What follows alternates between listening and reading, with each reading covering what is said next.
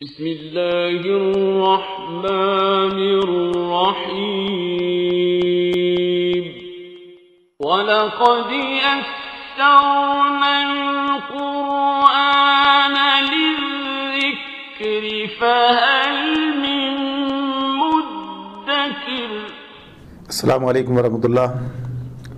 الحمدللہ وکفا وسلام علی عبادہ الذین اصطفیٰ، اما بعد فاعوذ باللہ من الشیطان الرجیم، بسم اللہ الرحمن الرحیم۔ قل ارأیتم ان جعل اللہ علیکم اللیل سرمدا الی یوم القیامۃ من الہ غیر اللہ یأتیکم بضیاء افلا تسمعون۔ سورہ قصص کی آیت نمبر 71۔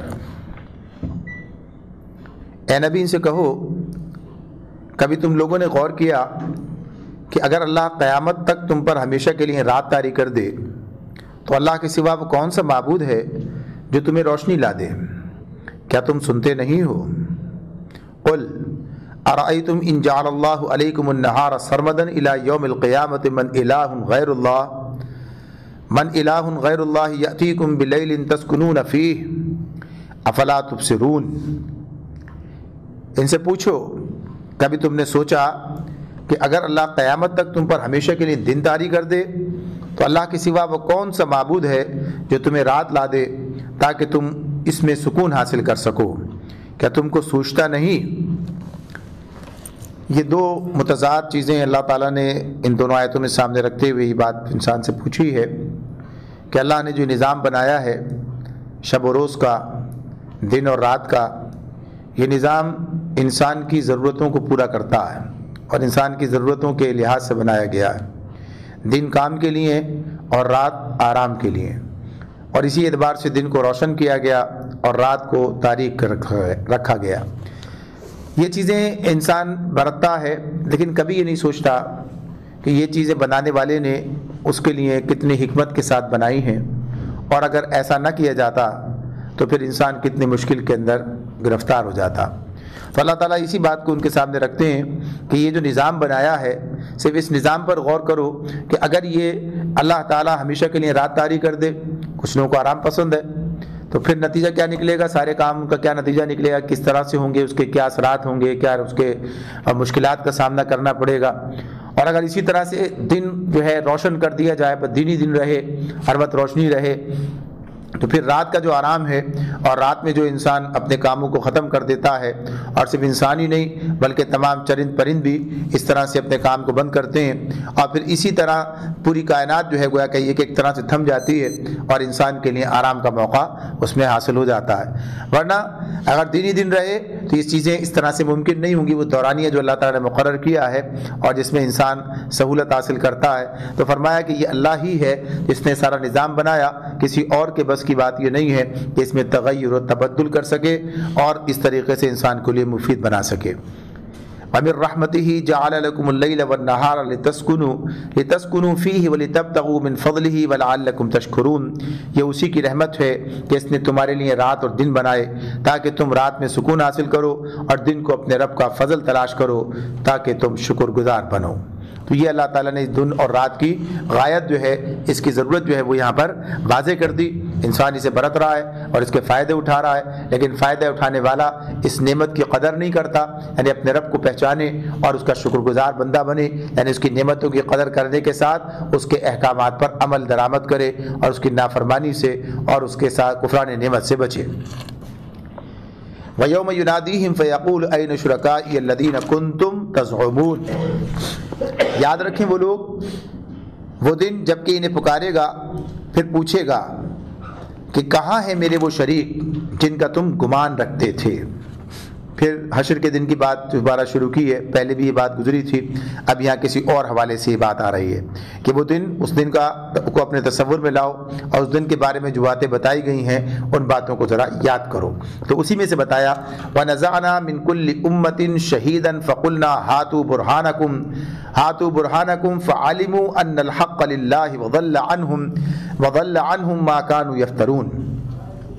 اور ہم ہر امت میں سے ایک گواہ نکال لائیں گے، پھر کہیں گے کہ لاؤ اب اپنی دلیل، اس وقت انہیں معلوم ہو جائے گا کہ حق اللہ کی طرف ہے اور گم ہو جائیں گے ان کے وہ سارے جھوٹ جو انہوں نے گھڑ رکھے تھے۔ یہاں پر پھر اللہ رب العالمین نے اسی شہادت حق کی بات کی ہے کہ جو انسان سے انسان کے لیے لی جائے گی۔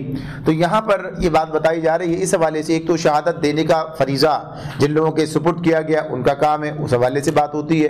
یہاں اس اعتبار سے بات کی جا رہی ہے کہ اللہ رب العالمین نے جو نظام بنایا جس کے اندر رسول بھیجے اور انہوں نے لوگوں کے سامنے حقیقت کو واضح کیا اور بشیر اور نذیر بنا کر بھیجے گئے تھے، اسی طرح سے اللہ تعالیٰ نے ان کے بعد بھی یہ سلسلہ ان کے پیرووں کے ذریعے سے جاری رکھا کہ یہ کام جو ہے جاری ہے اور لوگوں کو خبردار کیا جاتا ہے، انہیں آگاہ کیا جاتا ہے۔ تو اللہ تعالیٰ فرما رہے ہیں کہ ہم ہر امت میں سے ایک گواہ نکال لائیں گے اور پھر اس موقع پر تمہیں یہ بات جو ہے ان کے سامنے واضح کر دی جائے گی کہ تمہیں بات پوری طرح سے بتا دی گئی تھی، لہٰذا اب یہ بات پوری تم تک منتقل ہونے کے بعد یہ تبلیغ کا جو فریضہ انہوں نے انجام دیا، جو شہادت حق کا فریضہ انجام دیا، اس کے بعد اپنی غلطی کے ذمہ دار تم خود ہو۔ تو یہ گویا کہ یہ کہ حجت تمام ہو جائے گی اور انسان کے پاس کوئی عذر موجود نہیں ہوگا کہ وہ یہ کہہ سکے کہ مجھے یہ بات معلوم نہیں تھی۔ تو اللہ تعالیٰ نے پھر اس بات کو اس طرح سے یہاں پر دہرایا ہے اور ہمارے لیے ایک فکر کی بات جو ہے وہ یہاں پر رکھ دی ہے کہ انسان جو علم اسے حاصل ہو چکا ہے اس علم پر عمل کرنے کا اب وہ خود ذمہ دار ہے، نہیں کرے گا تو اللہ کے پاس اسے جواب دہی کرنی پڑے گی۔ تو یہ اس لیے کہا کہ پھر کہیں گے کہ لاؤ اب اپنی دلیل، فقلنا ہاتھو برہانکم، لاؤ دلیل، برہان جو ہے تمہارے پاس جس کی بنیاد پر تم اپنے جو کچھ عمل کرتے رہے ہو اس کے پیچھے کوئی دلیل ہے، اس کے پیچھے کوئی ایسی بات ہے کہ جو اس کے لیے واضح جواز فراہم کرتی ہو۔ تو انسان کے پاس کوئی جواز نہیں ہوگا، نہیں ہے، یعنی جو آدمی اللہ کی نافرمانی کرتا ہے اس کے پاس کوئی دلیل نہیں ہے، کوئی جواز نہیں ہے سوائے اپنے نفس کی تحریک یا دوسرے انسانوں کے یا شیطان کے ذریعے سے گمراہ ہو جانے کا معاملہ۔ تو اللہ تعالیٰ کہتے ہیں کہ کوئی دلیل انسان کے پاس نہیں ہوگی۔ تو اس دن کہا جائے گا کہ لاؤ اب اپنی دلیل، فعلموا ان الحق للہ، اس وقت انہیں معلوم ہو جائے گا کہ حق اللہ کی طرف ہے، وضل عنہم ما كانوا یفترون، اور جو جھوٹ گھڑ رکھے تھے وہ سارے ان سے گم ہو جائیں گے، یعنی کوئی بات کرنے کا وہاں ان کے پاس موقع نہیں ہوگا۔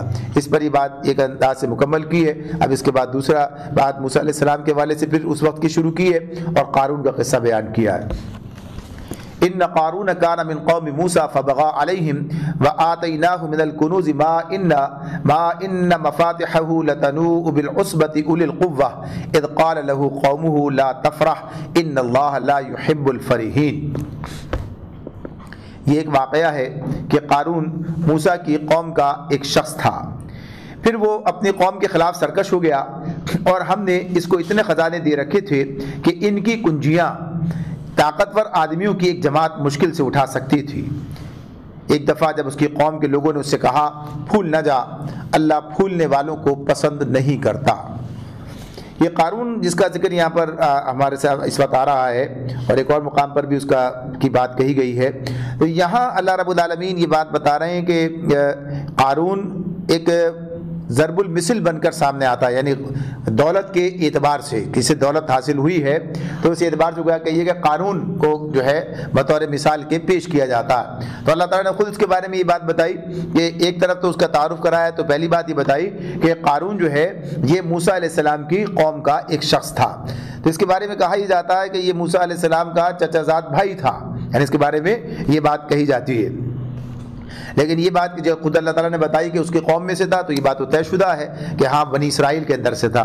تو بنی اسرائیل کے اندر تھا تو پھر یہ فرعون کے ساتھ کیسے جا ملا، یعنی اس کا ذکر جو آتا ہے فرعون کے ساتھ آتا ہے، یعنی ایک طرف تو اس کی دولت کی بات ہو رہی ہے، دوسری طرف یہ بات بتائی جا رہی ہے، آگے بات آئے گی بھی کہ اس نے اپنی قوم کے ساتھ جو ظلم کیا ہے اس کے کس بنیاد پر کیا ہے، ان کا ساتھی بن کر، فرعون کا اور اس کی قوم کا ساتھی بن کر اس نے ان کے ساتھ زیادتیاں کی ہیں۔ تو یہ گویا کہیے کہ اپنی قوم سے کٹ کر ان کے ساتھ جا ملا، یعنی فرعون کے ساتھ جو ہے وہ جا ملا اور پھر اس کا مقرب بن گیا اور پھر اس حد تک پہنچ گیا کہ اس نے جو ہے یعنی اللہ رب العالمین نے بات ارشاد فرمائی ہے کہ موسیٰ علیہ السلام کو جب بھیجا گیا ہے تو جن لوگوں کے پاس کہا تو فرعون اور حامان اور قارون، یعنی ان تینوں کا نام لیا ہے۔ تو قارون تو خود جو ہے گویا کہ یہ بنی اسرائیل میں سے تھا، لیکن اس درجے کا سرغنہ بن گیا گویا کہ یہ کہ اس اعتبار سے یہ استعارہ بن گیا ظلم کا اور سرکشی کا کہ اللہ تعالیٰ نے ان دونوں کے ساتھ اس کو بھی ملا دیا، حالانکہ یہ تھا بنی اسرائیل میں سے۔ تو یہاں یہ بات بھی واضح ہو جاتی ہے کہ کسی نسل میں ہونا کوئی معنی نہیں ہے، آدمی جہاں جو کام کر رہا ہوگا، جو اپنا اس کا کردار ہوگا، اسی کے ساتھ اس کا شمار ہوگا. اب ہے بنی اسرائیل میں سے، لیکن کرتوت اس کے وہاں پر ان جیسے ہیں تو انہی کے اندر شمار کیا جا رہا ہے، اور انہی کے اس میں ان کے ساتھ جو ہے اس کا نام لیا جا رہا ہے. تو یہ اس کا معاملہ تھا، تو یہ ان کے ساتھ چلا گیا. تو اللہ رب العالمین نے یہ بات بتائی کہ اسے اللہ نے اتنے خزانے دے رکھے تھے کہ ان کی کنجیاں طاقتور آدمیوں کی ایک جماعت مشکل سے اٹھا سکتی تھی. یعنی یہ بات اللہ تعالیٰ خود بیان فرماتے ہیں. بائبل میں اور دیگر اس میں مختلف باتیں اس کے اندر لکھی ہوئی ہیں کہ 300 خچر تھے، اٹھاتے تھے، لیکن بہرحال یہاں اللہ تعالیٰ جو بات بیان کر رہے ہیں وہ یہ کہ طاقتور آدمیوں کی جماعت مشکل سے اٹھاتی ہے. یعنی چابی جو ہوتی ہے، کنجی جو ہوتی ہے، بنیادی طور پر بہت چھوٹی ہوتی ہے، یعنی جہاں خزانہ رکھا جائے اس کی کنجی جو ہے اس کے مقابلے میں بہت، لیکن بتایا یہ جا رہا ہے کہ اس کی دولت جو ہے، اس کا جو خزانہ ہے، اس کی کنجیاں جہاں محفوظ کیا گیا اس کو بھی طاقتور آدمیوں کی ایک جماعت مشکل سے اٹھا سکتی ہے. ساتھ ساتھ یہ کہا کہ مشکل سے وہ اٹھاتی ہے، آسانی کی بات نہیں ہے. تو اب یہ جو اتنی اس کو جو اللہ تعالیٰ نے یہ گویا کہیے کہ اتنی مال سے دیا ہے، نوازنا کیا کہیے بلکہ اتنا مال جو ہے اسے دیا گیا ہے، تو اتنا مال حاصل کرنے کے بعد پھر اس کا معاملہ کیا بنتا ہے؟ پھر یہیں یہ بات بھی سامنے آ جاتی ہے کہ انتہائی نافرمان ہے. یعنی اس کا ذکر جب فرعون کے ساتھ کیا جا رہا ہے، لیکن اس کے باوجود اللہ نے اس کو اتنی دولت دی ہے. تو دولت دینا کوئی انعام کی بات نہیں ہے، یہ آزمائش کے مختلف پہلو ہیں. تو اس کو آزمائش بھی اس کی ہو رہی ہے، اور ساتھ ہی ساتھ اسے عبرت کا ایک علامت، ایک استعارہ بنایا جا رہا ہے. یعنی آگے چل کر جس کی دولت کے ساتھ سلوک ہوگا تو اس بنیاد پر یہ عبرت کا نشان بن جائے گا. تو یہ اللہ تعالیٰ کا نظام ہے. جو لوگ سطحی نظر سے دیکھتے ہیں تو ان کی بات اللہ نے آگے بیان کی کس طریقے سے وہ دیکھنے لگے تھے. تو جب پہلے تو بات اس میں یہ بتائی گئی کہ اس کی قوم کے لوگوں نے اس سے کہا کہ پھول نہ جا، لا تفرح. فرح جو ہے خوش ہونا اور پھولنا، ان معنوں میں یہاں پر استعمال ہوا ہے. اللہ جو ہے پھولنے والوں کو پسند نہیں کرتا. اچھا، یہ جو فرحین کی بات آ رہی ہے تو یہ فخر اور غرور کے ساتھ میں اس حوالے سے بات ہے، ورنہ ویسے خوش ہونے کی ممانعت نہیں ہے. اور دوسرے مقامات پر اہل ایمان کی بات ہے کہ خوش ہوتے ہیں. تو خوش ہونا کس بنیاد پر ہے؟ یعنی جو خوشی کی بات ہے اور اس میں اللہ کی ناراضگی کا پہلو نہیں ہے، اور کوئی تفاخر اور تکبر اور یہ چیزیں اس کے پیچھے نہیں ہیں. تو یہاں پر جو ہے اس حوالے سے بات کی گئی ہے کہ یہ جو ہے اپنی دولت کے اوپر پھول رہا تھا، تو کہا کہ اس کو اللہ پسند نہیں کرتا ہے.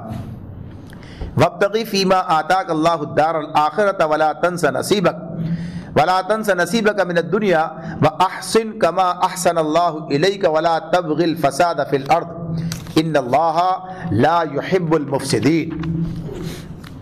مزید کہا اس سے کہ جو مال اللہ نے تجھے دیا ہے اس سے آخرت کا گھر بنانے کی فکر کر، اور دنیا میں سے بھی اپنا حصہ فراموش نہ کر. احسان کر جس طرح اللہ نے تیرے ساتھ احسان کیا ہے، اور زمین میں فساد برپا کرنے کی کوشش نہ کر. اللہ مفسدوں کو پسند نہیں کرتا. تو بڑی بات ہے جو اس سے کہی گئی ہے بطور نصیحت کے، اور اس کا جو طرز عمل ہے وہ تو اپنی جگہ پر الگ آتا ہے. لیکن یہاں جو لوگ اس کی اصلاح کرنے کی بات کر رہے ہیں، یعنی اسے جو ہے نصیحت کر رہے ہیں، تو نصیحت کرتے ہوئے اسے سامنے جو باتیں رکھی ہیں، تو یہ جو مال تجھے ملا ہے تو اس مال کا مصرف کیا ہے؟ اس مال کا صحیح مصرف یہ ہے کہ انسان اس مال کے ذریعے سے دنیا میں بھی اپنی سہولت، آسانی جو ہے وہ حاصل کرتا، اور ساتھ ہی ساتھ آخرت بنانے کی فکر کرتا ہے. یعنی اس مال کو حاصل کرنے کے بعد آدمی اگر آخرت بنانے کی فکر نہیں کرتا، مال کے دو ہی مصرف ہیں، صحیح راستے میں یا غلط راستے میں. صحیح راستے میں صرف ہوگا تو آخرت بنے گی، اور غلط راستے میں صرف ہوگا تو ظاہر سی بات ہے آخرت بگڑ جائے گی، جہنم کا معاملہ ہو جائے گا سامنے. تو یہ دولت کا آ جانا ایک ذمہ داری کا آ جانا ہے. کسی شخص کے پاس دولت کا موجود ہونا اس کے اوپر ایک ذمہ داری کا آ جانا ہے. لہذا اب اس ذمہ داری کی ادائیگی صحیح طور پر کی گئی تو ظاہر سی بات ہے کہ پھر اس کے لیے آخرت میں اجر بن جائے گا. یعنی اس کے ذریعے سے وہ صحیح اس مال کو، دولت کو صحیح کاموں میں اللہ کے بتائے ہوئے راستے پر خرچ کرے گا، اس کے بتائے ہوئے طریقے کے مطابق، تو آخرت بنتی چلی جائے گی.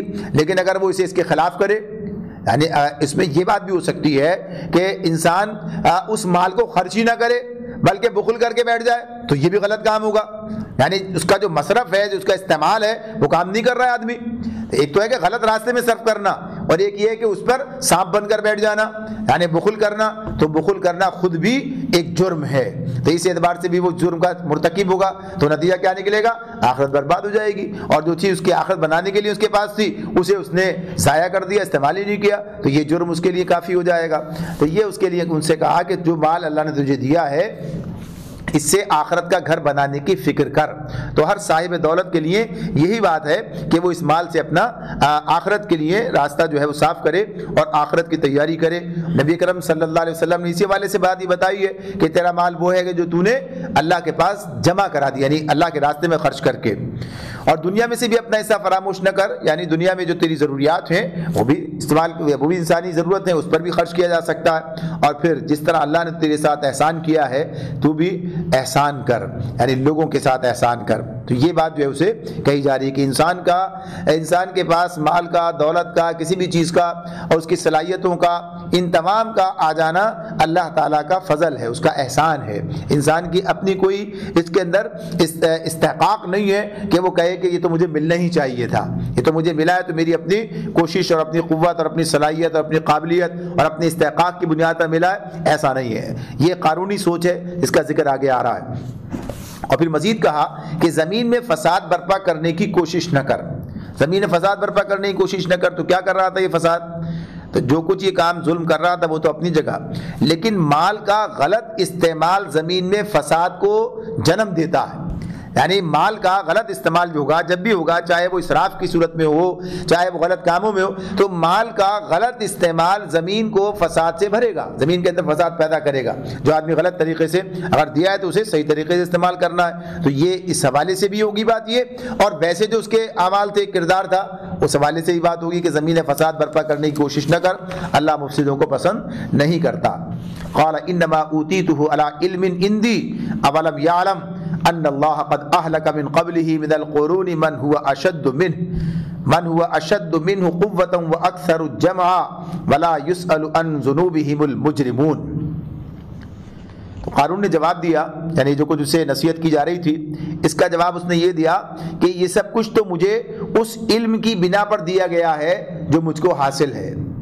کیا اس کو یہ علم نہ تھا کہ اللہ اس سے پہلے بہت سے ایسے لوگوں کو ہلاک کر چکا ہے جو اس سے زیادہ قوت اور جمعیت رکھتے تھے، مجرموں سے تو ان کے گناہ نہیں پوچھے جاتے۔ یہاں جو بات اللہ رب العالمین نے واضح کر دی ہے کہ یہ جو سوچ اس کی ہے، یہ سوچ آج بھی لوگوں کے درمیان پائی جاتی ہے، اور وہ جو کچھ انہیں حاصل ہوتا ہے اس کو اپنی گویا کہیے کہ کمال، اپنا کمال سمجھتے ہیں کہ جو کچھ مجھے ملا ہے یہ میرا کمال ہے، یہ میری ذاتی کوشش کا نتیجہ ہے، یا یہ میری ذاتی استعداد کا نتیجہ ہے۔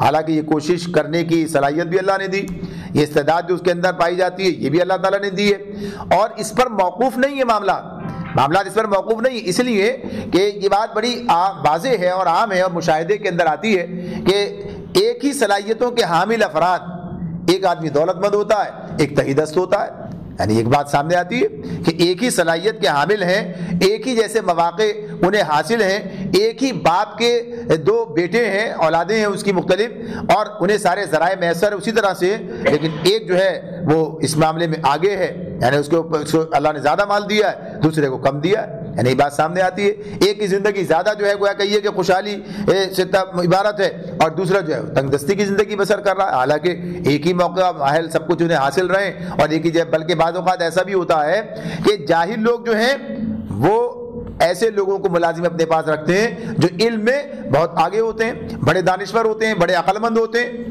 لیکن ظاہر سی بات ہے کہ یہ سسٹم جو ہے اللہ نے جو نظام بنا دیا ہے اس کے اندر ایسا بھی ہوتا ہے کہ وہ کسی ایسے آدمی کے ملازم ہو جائیں کہ جو عقل میں بھی اور علم میں بھی ان سے کم تر ہو، اور وہ ان کو جو ہے اپنے پاس ملازم رکھے اور وہ اس کے ملازم قرار پائیں۔ تو غرض یہ تو یہ اللہ تعالیٰ کا اپنا ہی انتظام ہے کہ کس کو کس طریقے سے آزماتا ہے، دنیا آزمائش کی جگہ ہے۔ اب اگر کوئی شخص اپنے حاصل شدہ مال کو، دولت کو، صلاحیت کو، یہ جو قارونی سوچ ہے اس میں اس نے کہا کہ یہ مجھے سب کچھ مجھے اس علم کی بنا پر دیا گیا جو مجھ کو حاصل ہے، تو جب یہ کام آدمی سوچنے لگتا ہے تو پھر کیا ہوتا ہے؟ پھر وہ اللہ کا شکر گزار نہیں ہو سکتا۔ پھر جب وہ اپنے آپ کو خود ہی یہ سمجھ لیتا ہے کہ میں ہی، میرا اپنا کوشش، اپنی محنت، اپنی کاوش کا نتیجہ ہے، تو پھر ظاہر سی بات ہے کسی اور کی مہربانی کا اس میں دخل ہی نہیں ہے، پھر اس پر کیا شکر کیا جائے، اور پھر اس میں سے کسی اور کو کیوں دیا جائے؟ بھائی ٹھیک ہے، میں نے محنت کی، حاصل انہوں نے نہیں کی، لہذا انہیں حاصل نہیں ہوا۔ تو جب آدمی اس کو اللہ کا من جانب اللہ سمجھتا ہے تو پھر اللہ کے احکامات سامنے رکھتا ہے کہ اللہ نے جو حکم دیا ہے کہ دوسروں پر خرچ کرو، تو یہ کام بھی کرتا ہے، اور ساتھ ساتھ پھر یہ بات بھی ہوتی ہے کہ پھر اللہ تعالیٰ کے اس احسان کو تسلیم کرتے ہوئے اللہ کے بندوں پر خرچ کر رہا ہوتا ہے۔ تو یہاں جب اس سے یہ کہا گیا تو اس نے یہ کہا کہ مجھے اس علم کی بنا پر دیا گیا جو مجھے حاصل ہے، اچھا اس میں یہ کہا گیا کہ یہ جو ہے انما اوتیتہ علی علم عندی، اس کے دو مطلب بیان کیے گئے. ایک مطلب تو یہی ہے کہ جو آپ کے سامنے ترجمے کے اعتبار سے آ گیا کہ اس مجھے اپنی صلاحیتوں اور اپنی علم کی بنیاد پر حاصل ہے، اور دوسرا یہ کہ یہ جو کچھ مجھے حاصل ہے یہ تو اللہ کے سامنے، یعنی اللہ جانتا ہے، لہذا اگر اس نے پھر بھی مجھے دیا ہے تو اس کا مطلب کیا ہے؟ میں اللہ کا پسندیدہ انسان ہوں، یعنی وہ اپنے آپ کے بارے میں یہ تصور رکھتا ہے، یہ بات کہتا ہے. تو یہ باتیں دونوں ہی اعتبار سے غلط ہیں. نہ تو انسان اپنی استعداد کی بنیاد پر حاصل کر پاتا ہے، اللہ کا فضل جب تک شامل نہ ہو، اور نہ ہی کسی کا مال اور دولت کا اس کے پاس ہونا اس بات کی دلیل ہے کہ وہ اللہ کا پسندیدہ انسان ہے. بعض اوقات ایسا ہوتا ہے جیسے قارونی کی بات ہے کہ اللہ کا نافرمان ہے، خود قرآن بیان کر رہا ہے، پھر بھی اللہ نے اسے اتنی دولت دی ہے. اور بعض اوقات ایسا بھی ہوتا ہے کہ اللہ کے نیک بندے اور انبیاء تک ان کی صورتحال یہ ہوتی ہے کہ وہ نان شبینہ سے اس طرح سے آسانی کے ساتھ نہیں پاتے، یعنی اللہ نے ان کے لیے وہ دولت کا انبار اس طرح نہیں لگایا ہوتا. تو یہ چیزیں انسان کے لیے آزمائش کی ہیں. اس کے بعد اسے جب یہ بات ہوئی تو آگے اللہ تعالیٰ فرماتے ہیں کیا اس کو یہ علم نہ تھا کہ اللہ اس سے پہلے بہت سے ایسے لوگوں کو ہلاک کر چکا ہے جو اس سے زیادہ قوت اور جمعیت رکھتے تھے، جو اس سے زیادہ قوت اور جمعیت رکھتے تھے، ایسے لوگوں کو اللہ تعالیٰ اس سے پہلے ہلاک کر چکا ہے. تو اس میں جو بات یہاں پر کہی جا رہی ہے کہ اللہ تعالیٰ نے کہ بھئی یہ جو اس کی صلاحیت اور اس اعتبار سے اس کی بات جو سامنے آتی ہے وہ یہ کہتا ہے کہ یہ مجھے اس جو حاصل تھا تو اس سے پہلے کے لوگوں کو دیکھے. اگر یہ دولت، یہ مال، یہ چیزیں انسان کی بقا کا ذریعہ ہیں تو اس سے پہلے جو قومیں ہلاک ہوئی ہیں ان کی بنیاد کیا ہے؟ تو ایسا نہیں ہے کہ مال دولت تجھے بچا لے گا. مجرموں سے تو ان کے گناہ پوچھے نہیں جاتے. تو یہی بات ہے کہ یہ جو مجرم جو ہیں کبھی بھی اپنے جرم کا احساس نہیں کرتے، اور اللہ تعالیٰ کی طرف سے جب عذاب کا معاملہ آتا ہے تو آ جاتا ہے. فخرج على قومه في زينته قال الذين يريدون الحياة الدنيا يا ليت لنا مثل ما أوتي قارون إنه لذو حظ عظيم. ایک روز اپنی قوم کے سامنے اپنے پورے ٹھاٹ میں نکلا، جو لوگ حیات دنیا کے طالب تھے اسے دیکھ کر کہنے لگے کاش ہمیں بھی وہی کچھ ملتا جو قارون کو دیا گیا ہے، یہ تو بڑا نصیبے والا ہے، یہ تو بڑا نصیبے والا ہے. وقال الذين اوتوا العلم ويلكم ثواب الله خير لمن آمن وعمل صالحا ولا يلقاها الا الصابرون. مگر جو لوگ علم رکھنے والے تھے وہ کہنے لگے افسوس تمہارے حال پر، اللہ کا ثواب بہتر ہے اس شخص کے لیے جو ایمان لائے اور نیک عمل کرے، اور یہ دولت نہیں ملتی مگر صبر کرنے والوں کو. اب اس میں جو ہمارے لیے سبق موجود ہے ان دو آیتوں کے اندر، دو کردار سامنے رکھے اللہ تعالیٰ نے. ایک تو بات اس کی ان لوگوں کی ہے کہ جب یہ اپنے پورے ٹھاٹ کے ساتھ اپنے قوم کے سامنے نکلا، یعنی جو مال و دولت اسے حاصل تھا اس کے مظاہرہ کرتا ہوا، اس کا اظہار کرتا ہوا، تو جو لوگ حیات دنیا کے طالب تھے اللہ تعالیٰ نے ان کے بارے میں کیا کہا؟ یریدون الحیات الدنیا. ان لوگوں کی بات واضح ہوئی. کون لوگ ہیں یہ؟ یریدون الحیات الدنیا، جو دنیا کے طالب ہیں. ان کا معاملہ کیا ہوا؟ کیا کہنے لگے؟ یا لیت لنا مثل ما اوتی قارون، کاش ہمیں بھی ایسا ہی ملتا جیسا کہ قارون کو ملا ہے، یہ تو بڑا نصیبے والا ہے. انہ لذو حظ عظیم، یہ کردار ہے، یہ سامنے آ گیا. یعنی کیا حرص والا ہے جو اس میں یہ بات کہی ہے. اب ایک دوسرا کردار آ رہا ہے سامنے. دوسرا کردار کیا آ رہا ہے؟ وقال الذین اوتوا العلم، اور جن لوگوں کو اللہ نے علم دیا تھا، جن کو علم حاصل تھا، جو علم رکھنے والے لوگ تھے، ویلکم ثواب اللہ خیر لمن آمن وعمل صالحا، انہوں نے کہا افسوس تمہارے حال پر. اور کیا کہا؟ اللہ کا ثواب بہتر ہے اس شخص کے لیے جو ایمان لائے اور نیک عمل کرے. یعنی یہ جو تم ریچھ گئے اس بات پر، تم نے دیکھا نہیں کہ اس مال کے ساتھ ایسا کردار کیا ہے؟ دیکھیں جب کوئی چیز ملتی ہے پوری مل گئی، قارون جیسے ہو گئے تو کیا بنے گا؟ قارون جیسی دولت بھی، قارون جیسا کردار بھی، قارون کا جو انجام ہے پھر وہ بھی ساتھ میں آئے گا. تو یہ کس نے کہا؟ علم والوں نے کہا. تو اس اعتبار سے جو علم جب تک انسان کے پاس نہ ہو تو پھر اس کے لیے وہ سیدھے راستے پر چلنا مشکل ہو جاتا. یہاں پر ایک حدیث ہے جو ہمیں اپنے سامنے رکھنی چاہیے، اس کا مفہوم ہی لے لیتے ہیں کہ نبی اکرم صلی اللہ علیہ وسلم نے مثال دیتے ہوئے فرمایا ہے کہ انسان 4 قسم کے ہوتے ہیں. انسان 4 قسم کے ہوتے ہیں. ان میں سے پہلے شخص کی بات بتائی کہ اسے اللہ نے علم دیا اور مال بھی دیا، علم دیا اور مال بھی دیا. لہذا اب وہ اس علم کی بنیاد پر جو اللہ نے اسے دیا تھا وہ اپنے مال میں اپنا حق بھی پہچانتا ہے، لوگوں کا حق بھی پہچانتا ہے، اللہ کا حق بھی پہچانتا ہے. یعنی اسے اللہ کے بتائے ہوئے راستے پر خرچ کرتا ہے، یعنی اپنے اوپر بھی، اپنی ذات پر بھی اور لوگوں پر بھی خرچ کرا جہاں اللہ نے خرچ کرنے کا حکم دیا ہے. تو کیا کہا؟ یہ کون ہے؟ یہ افضل المنازل، یہ بہترین اس پر ہے، مقام پر ہے یہ شخص. اس کا معاملہ کیا ہے؟ علم بھی دیا، مال بھی دیا. دوسرا شخص بتایا، دوسرا آدمی کون ہے؟ کہا اسے اللہ تعالیٰ نے علم تو دیا مگر مال نہیں دیا، علم تو دیا مگر مال نہیں دیا. اب اپنے علم کی بنیاد پر یہ کیا کہتا ہے؟ اگر میرے پاس بھی مال ہوتا تو میں اس آدمی کی طرح جو اللہ کے راستے میں شب و روز خرچ کر رہا ہے میں بھی ایسا ہی کرتا. تو فرمایا کہ یہ دونوں جو ہیں ایک ہی درجے میں ہیں، یعنی ایک ہی مقام پر ہیں. یعنی اس اعتبار سے کہ اللہ نے اسے دیا ہی نہیں ہے لیکن اس کا جذبہ ایسا ہی ہے، اور اللہ دل کا حال جانتا ہے کہ انسان کسے آئیڈیل بنائے ہوئے، کسی نیک آدمی کو یا کسی ایسے آدمی کو، غلط آدمی کو. تو اب یہ جو ہے اس اعتبار سے کوئی بتایا کہ دونوں ایک ہی اس میں اللہ ان کو ایک ہی درجے میں رکھ رہا ہے. تیسرا آدمی وہ بتایا کہ جسے مال تو دیا مگر علم نہیں دیا. اب آپ دیکھیں علم کی اہمیت کیا سامنے آ رہی ہے. پہلے دونوں آدمی کون ہیں؟ علم دیا. قرآن بھی یہ بات بتا رہا ہے ہمارے سامنے. پہلے دو آدمی، ایک کے پاس مال بھی ہے اور علم بھی ہے، خرچ کر رہا ہے. دوسرے کے پاس علم ہے لیکن مال نہیں ہے، مگر دونوں کے درجے برابر ہو اس لیے کہ جذبات وہی ہیں. اور تیسرا آدمی کون ہے؟ جسے اللہ نے مال تو دیا لیکن علم نہیں دیا، علم نہیں دیا. تو نتیجہ کیا نہیں کہ علم سے مراد کیا ہے؟ یہی علم ہے جو اللہ تعالیٰ نے حقیقت کا علم دیا، جو کہ یہ وہی کا علم ہے جس سے آدمی حقیقت کو پہچانتا ہے. تو نتیجہ کیا نکلا کہ وہ اپنے مال میں نہ اللہ کا حق پہچانتا ہے نہ لوگوں کا حق پہچانتا ہے، یعنی غلط راستوں میں خرچ کرتا ہے، جو ذمہ داری نہیں کرتا ہے. تو یہ کیا ہے؟ یہ بدترین مقام پر ہے. یہ شخص کیا ہے؟ یہ بدترین مقام پر ہے. اور چوتھا آدمی وہ ہے جسے نہ مال دیا اور نہ علم دیا، یعنی نہ علم ہے نہ مال ہے. تو اب اس نے آئیڈیل کس کو بنایا؟ اب اس نے آئیڈیل اس کو بنایا کہ جو غلط راستوں میں صرف کر رہا ہے. یعنی تیسرا آدمی جو ہے کہ اس کے پاس علم نہیں ہے بلکہ مال ہے تو غلط راستوں میں صرف کرتا ہے. تو کہا یہ دونوں ایک ہی اس میں ہیں درجے میں. یعنی پہلا والا جو ہے، اب آپ دیکھیں پہلے دونوں آدمی علم کی بنیاد پر اعلیٰ منازل، افضل منازل پہ چلے گئے، اور دوسرے دو آدمی جو ہیں علم نہ ہونے کی بنیاد پر. تو علم کی اہمیت سامنے آ جاتی ہے اور یہاں بھی بات سامنے آ رہی ہے. یریدون الحیات الدنیا والا آدمی بھی سامنے آ گیا، اور جسے اوت العلم کی بات، جسے علم تھا جس کے پاس، وہ بھی سامنے آ گیا. تو یہ اتنی اہمیت ہے اس بات کی کہ انسان چیزوں کا صحیح گویا کہیے کہ ادراک کرتا ہے اور اس کا صحیح گویا کہ یہ فیصلہ کر صحیح راستہ اختیار کرتا ہے. تو اللہ رب العالمین نے یہاں پر یہ بات بتا دی کہ یہ دو طرح کے آدمی، دو کردار قارون کے معاملے میں بھی سامنے آئے. تو ایک نے ایک تو تمنا کی اس کی، دوسرے نے سے کہا کیا کرتے ہو، اللہ کا ثواب ہی بہتر ہے. کس کے لیے؟ جو ایمان لائے اور نیک عمل کرے، اس کے لیے بات ہو رہی ہے. تو یہ دولت نہیں ملتی مگر صبر کرنے والوں کو. ولا یلقاها الا الصابرون. تو یہ بات تو اور بھی جگہ مقام پر گئی ہے اللہ تعالیٰ نے، وما یلقاها الا ذو حظ عظیم.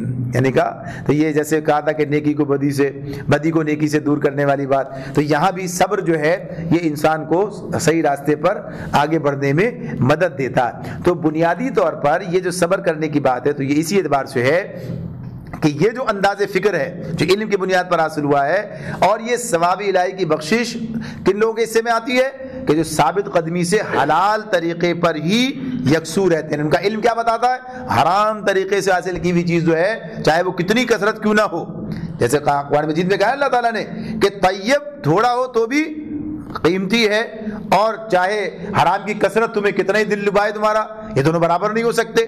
تو وہ چیز جو ہے وہ انسان کے لیے مضر ہے. تو اس اعتبار سے یہ جو چیز ہے کہ یہاں جو کہا کہ اللہ کا ثواب، تو اللہ کے ثواب سے مراد وہ رزق کریم ہے جو حدود اللہ کے اندر رہتے ہوئے محنت و کوشش کے نتیجے میں انسان کو دنیا اور آخرت میں نصیب ہو. اللہ تعالیٰ جو کچھ عطا فرما دے.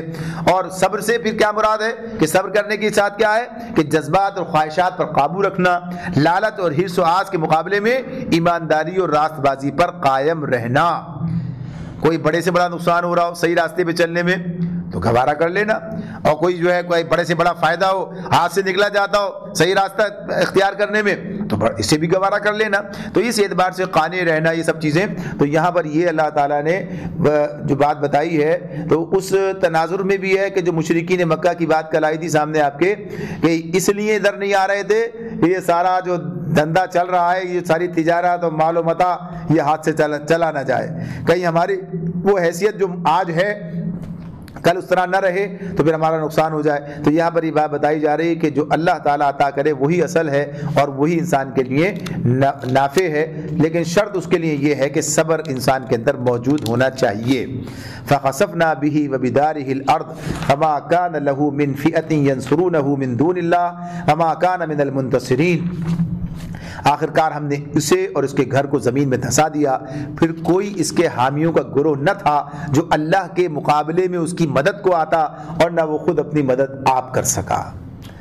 مال و دولت کے حوالے سے تو بڑے لوگ ساتھ لگ جاتے ہیں نا، یہ بڑے حالی موالی سب ہوتے ہیں، ساری چیزیں سب دولت مندوں کے ساتھ لگے ہوتے ہیں، لیکن جب مصیبت آتی ہے سب ہوا ہو جاتے ہیں، کوئی نہیں ملتا، کوئی نظر نہیں آتا، تو اللہ کا عذاب آ جائے پھر تو سوال ہی کوئی پیدا نہیں ہوتا۔ تو یہ صورتحال ہے۔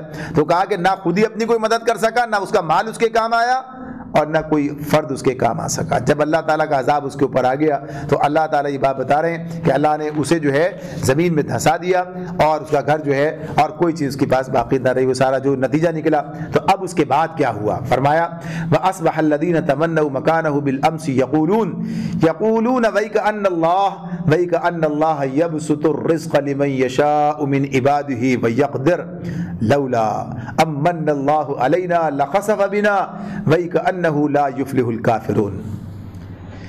اب وہی لوگ جو کل اس کی منزلت کر رہے تھے، اس کی منزلت کی تمنا کر رہے تھے، جو اس کا حال تھا اس کو وہ منزلت حاصل کرنے کی تمنا کر رہے تھے، کہنے لگے افسوس، ہم بھول گئے تھے کہ اللہ اپنے بندوں میں سے جس کا رزق چاہتا ہے کشادہ کرتا ہے اور اسے چاہتا ہے نپا تلا دیتا ہے۔ اگر اللہ نے ہم پر احسان نہ کیا ہوتا تو ہمیں بھی زمین میں دھسا دیتا۔ افسوس ہم کو یاد نہ رہا کہ کافر فلاح نہیں پایا کرتے، کافر فلاح نہیں پایا کرتے۔ لا یفلح الکافرون۔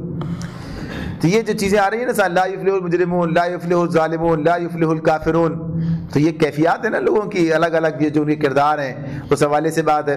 تو یہاں اللہ تعالیٰ نے یہ بات بتا دی کہ یہ جب انجام سامنے آیا تو اب انجام کو دیکھ کر لوگ کہنے لگے کہ یہ تو بڑا بھلا ہو گیا معاملہ کہ ہم گزر نہ گئے، اللہ نے ہمیں نہ دیا، اگر ورنہ تو پھر اسی جیسا انجام بھی ہوتا، جب ایسے ہوتے تو ایسا ہی انجام بھی ہونا تھا۔ تو اس کا نتیجہ کیا نکلا؟ نہ مال کام آیا، نہ کوئی کام آیا، اور زمین میں دھسا دیا، اللہ کا عذاب آ گیا، اور آخرت کا عذاب آگے آنے والا ہے وہ الگ ہے۔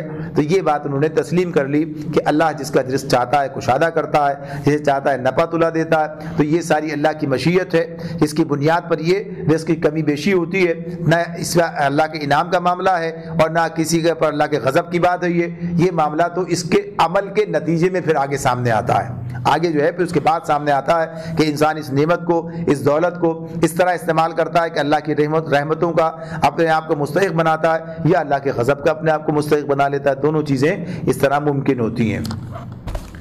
تلک الدار الآخرۃ نجعلها للذین لا یریدون علوا فی الارض ولا فسادا والعاقبۃ للمتقین۔ وہ آخرت کا گھر تو ہم ان لوگوں کے لیے مخصوص کر دیں گے جو زمین میں اپنی بڑائی نہیں چاہتے اور نہ فساد کرنا چاہتے ہیں۔ یہاں یہ اسی کے ساتھ جب یہ اس کا جو انجام تھا وہ تو بیان ہو گیا، اب اس کے بعد اللہ تعالیٰ یہ بات بتا رہے ہیں کہ آخرت کی بات، کہ آخرت کا گھر کن لوگوں کے لیے ہے؟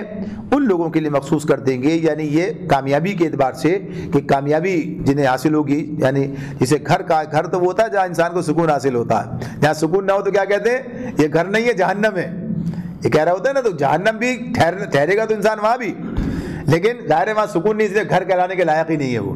گھر کیا کہلائے گا؟ جہاں سکون ہے تو وہ جنت ہے، اس مقام پر ہے۔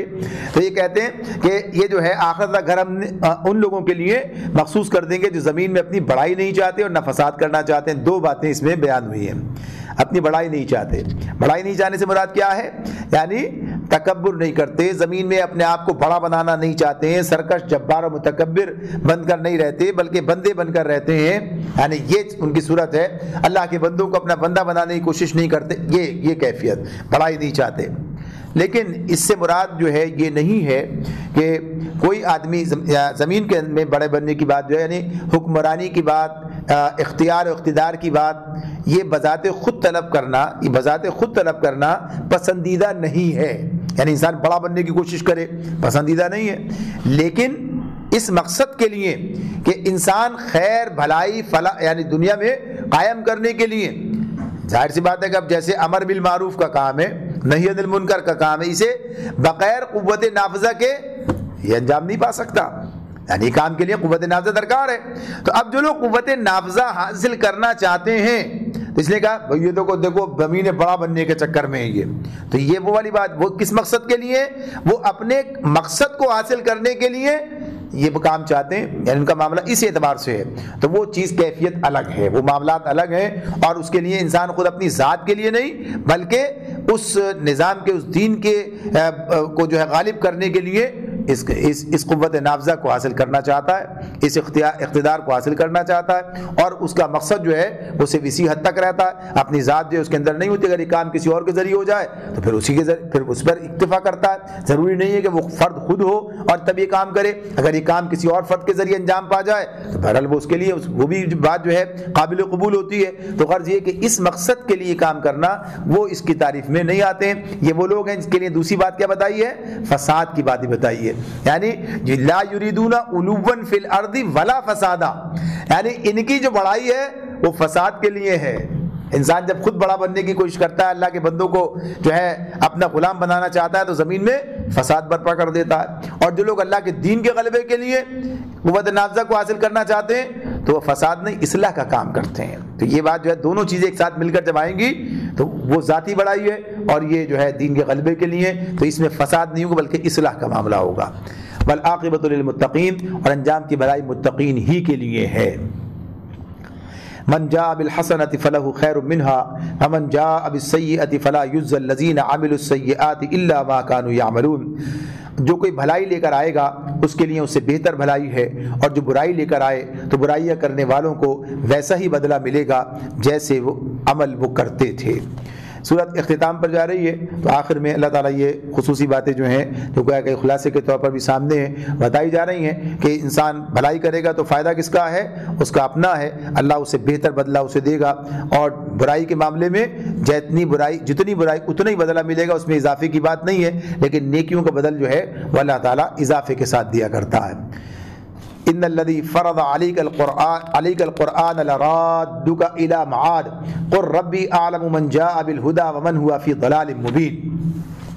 اے نبی یقین جانو کہ جس نے یہ قرآن تم پر فرض کیا ہے وہ تمہیں ایک بہترین انجام کو پہنچانے والا ہے، بہترین انجام کو پہنچانے والا ہے. اللہ رب العالمین نبی کرم صلی اللہ علیہ وسلم سے یہ بات کہہ رہے ہیں کہ قرآن فرض کیا نہیں. اب یہ قرآن فرض ہے کس حوالے سے؟ اسے پہنچانا، اس پر عمل کرنا، یہ جو پیغام دے رہا ہے اس کے مطابق کام کرنا. تو یہ ساری چیزیں اس کے اندر آتی ہیں کہ یہ قرآن اللہ نے فرض کیا ہے. اس کی تعلیم دینے، اس کی ہدایت کے مطابق دنیا کی اصلاح کرنے کی ذمہ داری ڈالی ہے. اور پھر یہ بات بتائی کہ وہ تمہیں بہترین انجام کو پہنچانے والا ہے. یعنی معاد وہاں پلٹنا، ویسے آخرت کے لیے بھی معاد کا لفظ آتا ہے، اس کے لیے بھی کہ وہاں پلٹ کر جاتا ہے انسان. تو یہاں پر جو بات ہو رہی ہے وہ بنیادی طور پر اس اعتبار سے ہے کہ اللہ رب العالمین نبی کرم صلی اللہ علیہ وآلہ وسلم سے یہ وعدہ کر رہے ہیں کہ اللہ تعالیٰ آپ کو بڑی شان اور عظمت جو ہے وہ عطا کرے گا. یعنی جو آج کفار مکہ جو کچھ آپ کے ساتھ رویہ اختیار کیے ہوئے ہیں اور جس صورتحال کا سامنا آپ کو کرنا پڑ رہا ہے، بالآخر یہ معاملہ اس سے ایسا نہیں رہے گا بلکہ یہ تبدیل ہوگا. اور جو اللہ تعالیٰ آپ کو عروج عطا فرمائے گا وہ اپنی جگہ پر آپ دیکھیں گے. اور یہ بات قرآن مجید میں دیگر مقامات پر بھی ہے، جیسے اللہ تعالیٰ نے فرمایا سورہ ضحیٰ میں اللہ تمہیں عنقریب اتنا دے گا کہ تم راضی ہو جاؤ گے، اور کہا کہ عسر کے ساتھ یسر بھی ہے. اب عسر آئے گا، وہ دور بھی آئے گا، مشکل کے ساتھ آسانی کا معاملہ بھی آئے گا.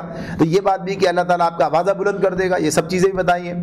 تو غرض یہ کہ یہاں پر یہ بات جو ہے کہ اللہ تعالیٰ نے یہ واقعہ بن کر سامنے آ گئی بات کہ کچھ ہی سالوں کے اندر اللہ تعالیٰ نے تمام ملک عرب پر نبی کرم صلی اللہ علیہ وسلم کو ایسا مکمل اقتدار عطا کر کے دکھایا کہ آپ کی مزاحمت کرنے والی کوئی طاقت وہاں موجود نہ رہ سکی، اور آپ کے دین کے سوا کسی دین کی گنجائش عرب کے اندر باقی نہ رہی. ایسا اللہ تعالیٰ نے آپ کو غلبہ عطا کیا، اور عرب کی تاریخ میں اس سے پہلے کوئی اس کی نظیر ہی موجود نہیں تھی کہ اس طرح سے وہ جو ہے کسی ایک آدمی کے تحت جو ہے پورا عرب جزیرۃ العرب جو ہے وہ کسی ایک فرد کے ہاتھ میں آ گیا ہو اور اس کے ماتحت ہو گیا ہو، یا اس پر کسی ایک نظریے کی حکمرانی جو ہے وہ اس طریقے سے قائم ہو گئی ہو. تو یہ اللہ رب العالمین کا فضل تھا. تو اللہ تعالیٰ یہ بات بتا رہے ہیں کہ اس اعتبار سے یہ تمہارے لیے یہ مستقبل تمہارا اس طرح کا انشاءاللہ آگے آنے والا ہے. ان لوگوں سے کہہ دو قل ربی اعلم من جاء بالهدى ومن هو في ضلال مبین، ان لوگوں سے کہہ دو کہ میرا رب خوب جانتا ہے کہ ہدایت لے کر کون آیا ہے اور کھلی گمراہی میں کون مبتلا ہے. نبی اکرم صلی اللہ علیہ وسلم یہ ہدایت لے کر لوگوں کے پاس آئے ہیں اور وہ ان کے سامنے پیش کر رہے ہیں. اب یہ لوگ نہیں مانتے, اپنی گمراہی پر اصرار ہے, تو ان کا انجام پھر انہی کے حوالے سے. وما كنت ترجو ان يلقى اليك الكتاب الا رحمة من ربك فلا تكونن ظهيرا للكافرين. تم اس بات کے ہرگز امیدوار نہ تھے کہ تم پر کتاب نازل کی جائے گی, یہ تو محض تمہارے رب کی مہربانی سے تم پر نازل ہوئی ہے, بس تم کافروں کے مددگار نہ بنو. یہاں جو یہ بات ہے کہ وما كنت ترجو ان يلقى اليك الكتاب الا رحمة من ربك, تم اس بات کے ہرگز امیدوار نہیں تھے, تم اس بات جو ہے یہ تمنا نہیں رکھتے تھے کہ تمہارے اوپر کتاب, ترجو ان يلقى اليك الكتاب, تمہارے اوپر جو ہے کتاب نازل کی جائے گی.